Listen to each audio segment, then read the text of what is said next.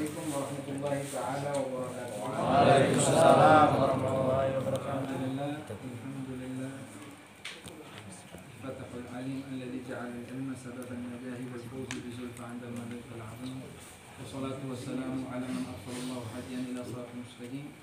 Sayyidina Maulana Muhammad sallallahu alaihi wa alihi tahirin ashabi al-faizin wa tibai bil khulud fi daril baqa'i wa na'im amma ba'du. Pertama-tama saya mengucapkan bela-sungkawa sedalam-dalamnya kepada sahabat Bait. Inna lillahi wa inna ilaihi raji'un.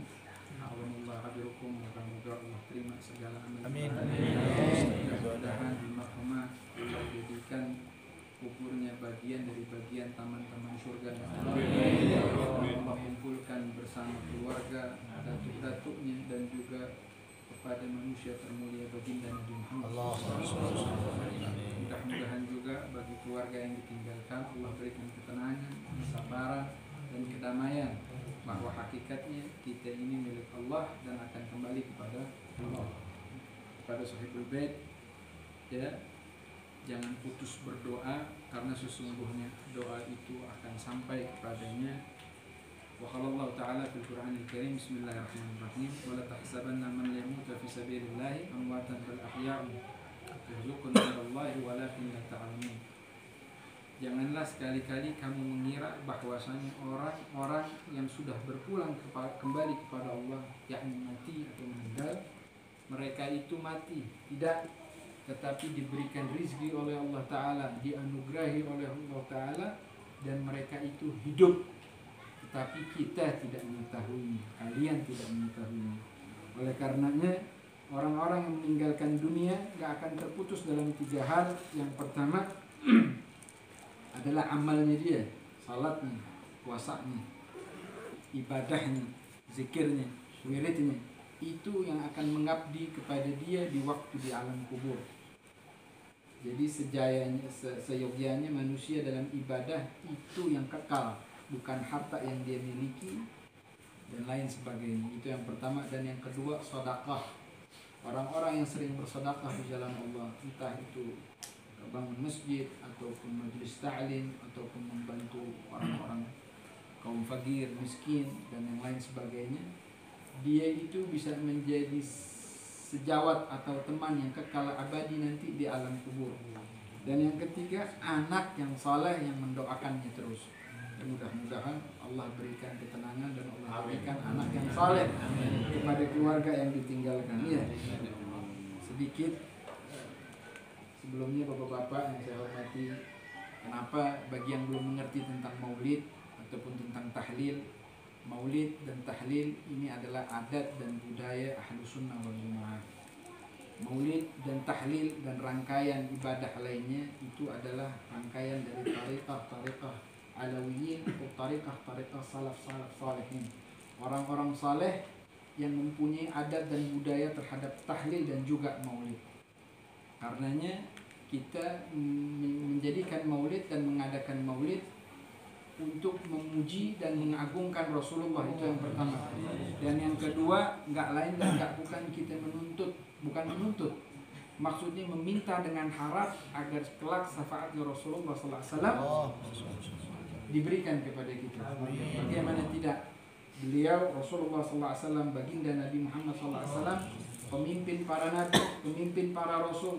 Kalau saja Nabi Allah Adam yang hidup dari awal sudah di surga, lantas karena kesalahan kecil satu aja diturunkan ke muka bumi menjadi khalifah karena kesalahannya beliau bermunajat dan bersolawat atas Rasulullah, maka Allah Ta'ala maafkan.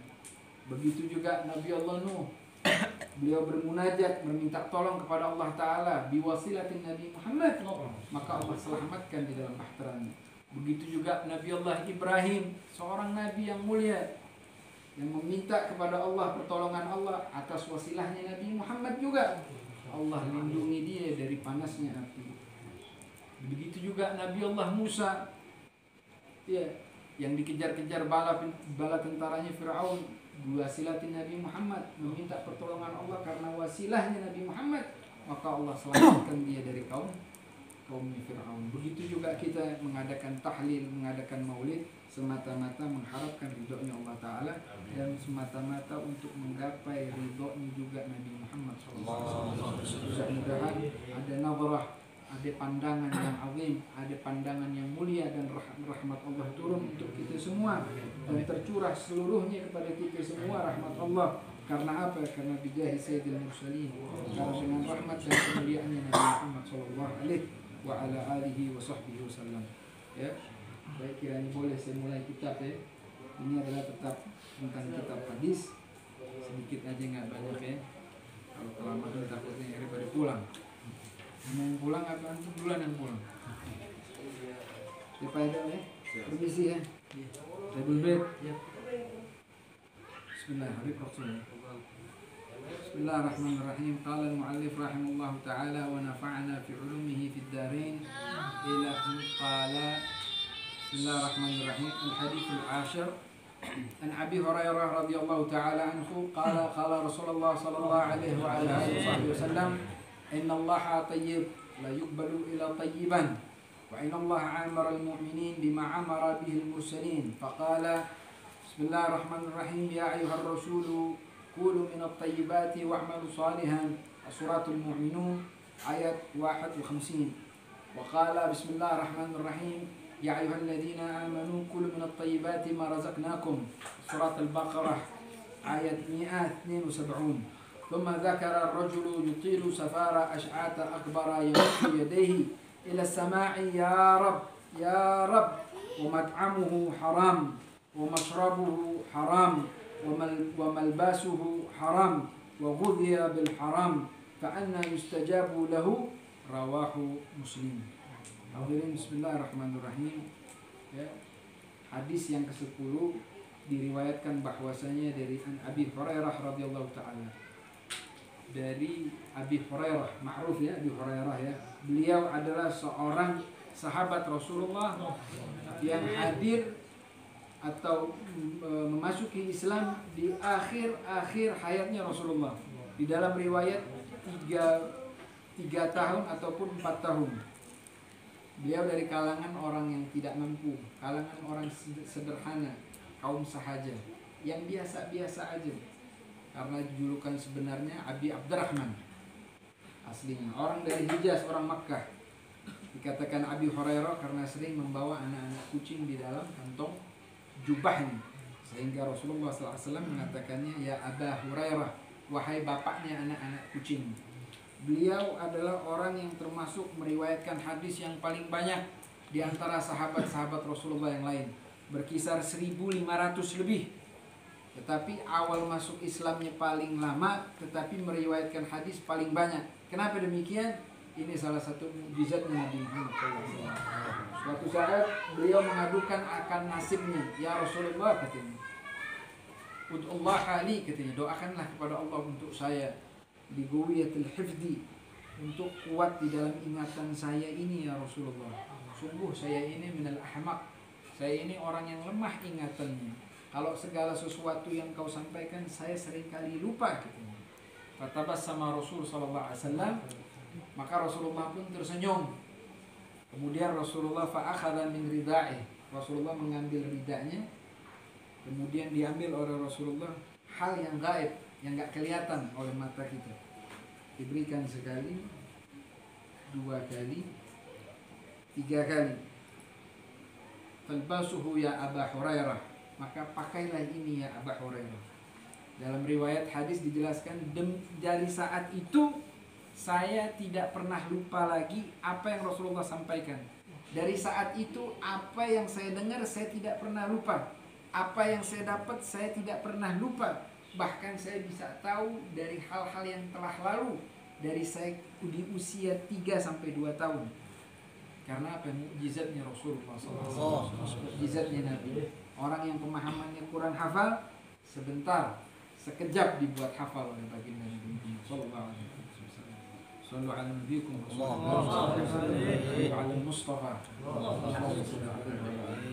Qala Rasulullah sallallahu alaihi wasallam, berkata Nabi Muhammad, innallaha tayyib, sesungguhnya Allah Ta'ala itu adalah yang maha baik.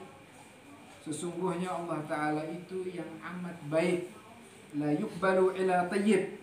Dan Allah Ta'ala itu tidak menerima sesuatu kecuali yang baik.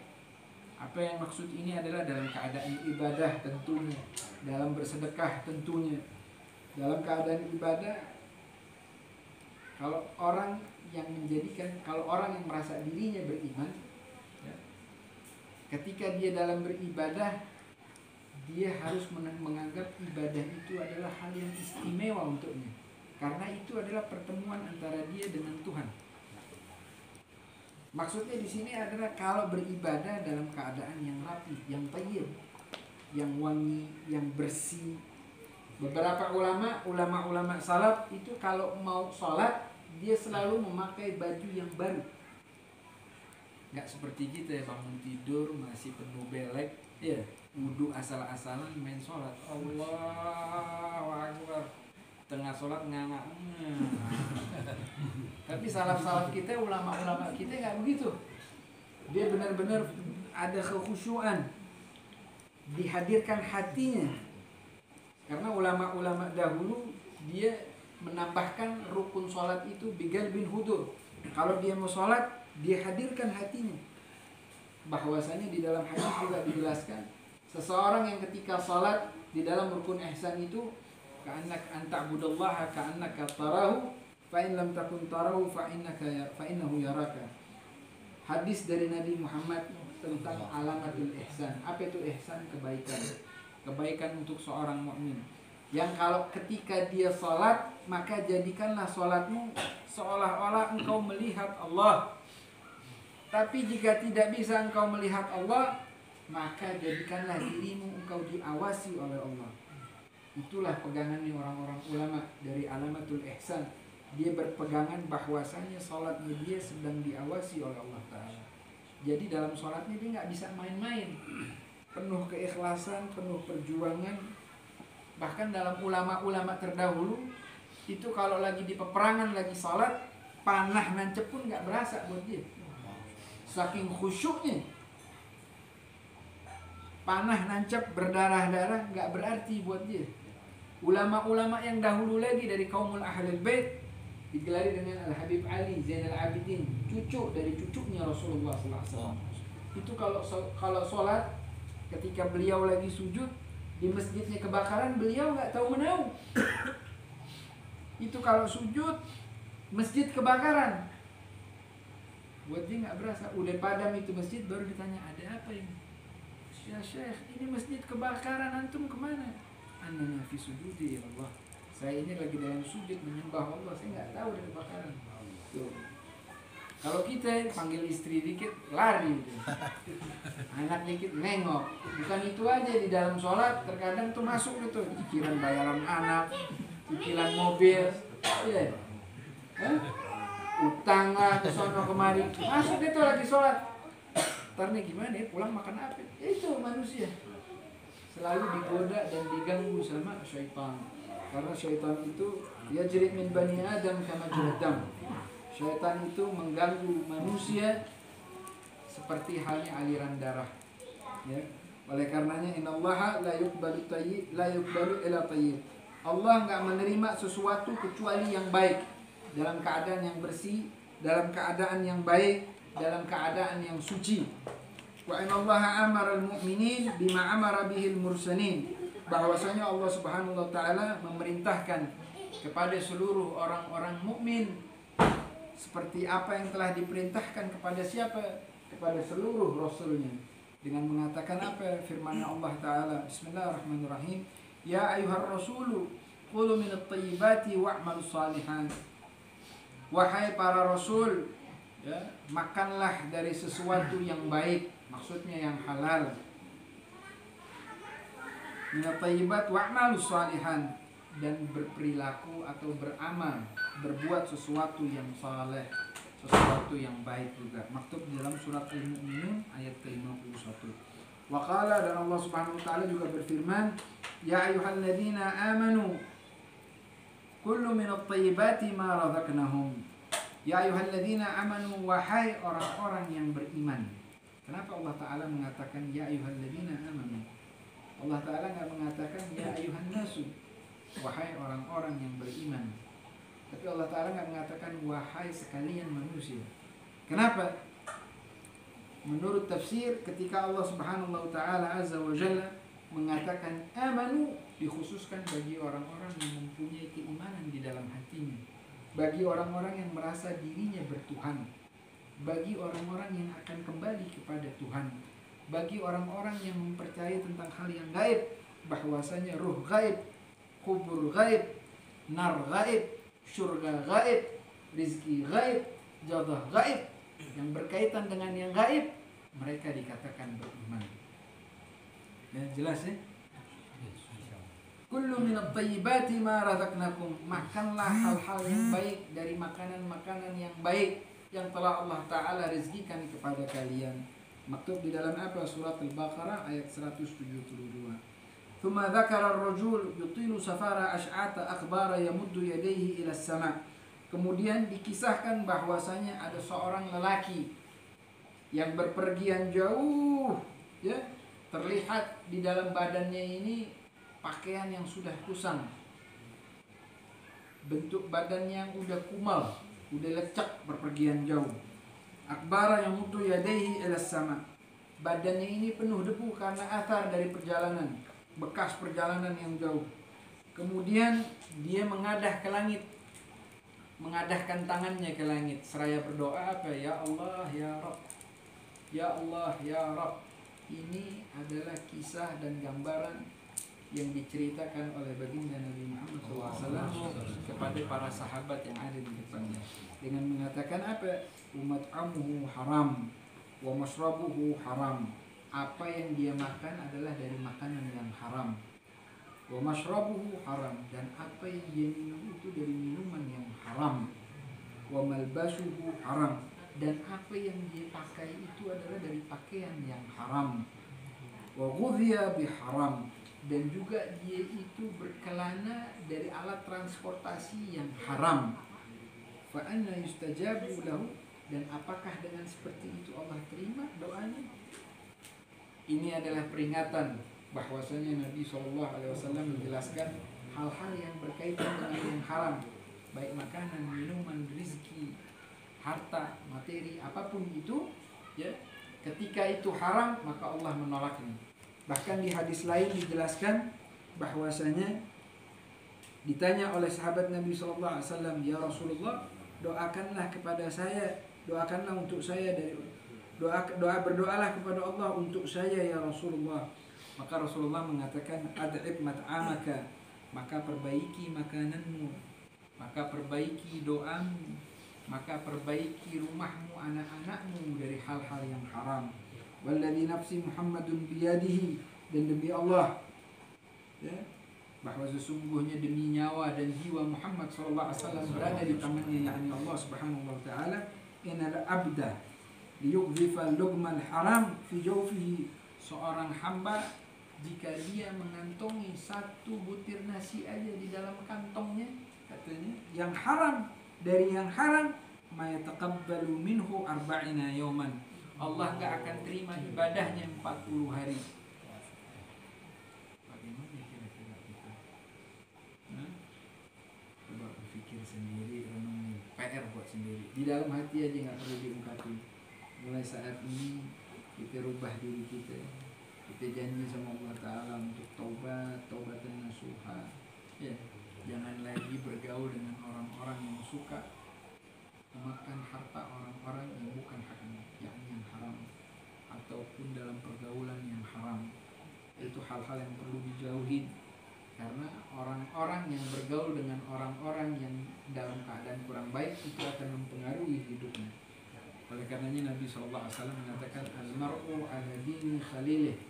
Kalau kamu mau melihat seseorang bagaimana agamanya, maka lihat dengan siapa dia berteman. Falyanzur ila man tukhalil, maka lihatlah dirimu dengan siapa kamu berteman. Orang yang berteman dengan orang-orang pemabuk, maka agamanya kurang lebih seperti agama pemabuk. Orang yang bergaul dengan pencuri, maka agamanya agama pencuri. Orang yang bergaul dengan orang-orang pembohong, tukang tipu, pemeras, pembalimi, kurang lebih agamanya sama seperti dia. Nabi yang bilang, kalau orang-orang yang bergaul dengan orang-orang saleh, orang-orang baik, maka agamanya seperti agama salaf saleh. Maka penting kiranya memperhatikan apa yang kita makan untuk keluarga dan diri sendiri dari hal yang haram. Ketahuilah hal-hal yang haram itu Allah tidak terima, karena Allah tayyib dan tidak menerima selain dari yang tayyib. Ya, kurang lebih itu aja yang bisa saya sampaikan. Mohon maaf selebih-lebihnya. Wabillahi taufiq wal hidayah wal afu. Wassalamualaikum warahmatullahi wabarakatuh.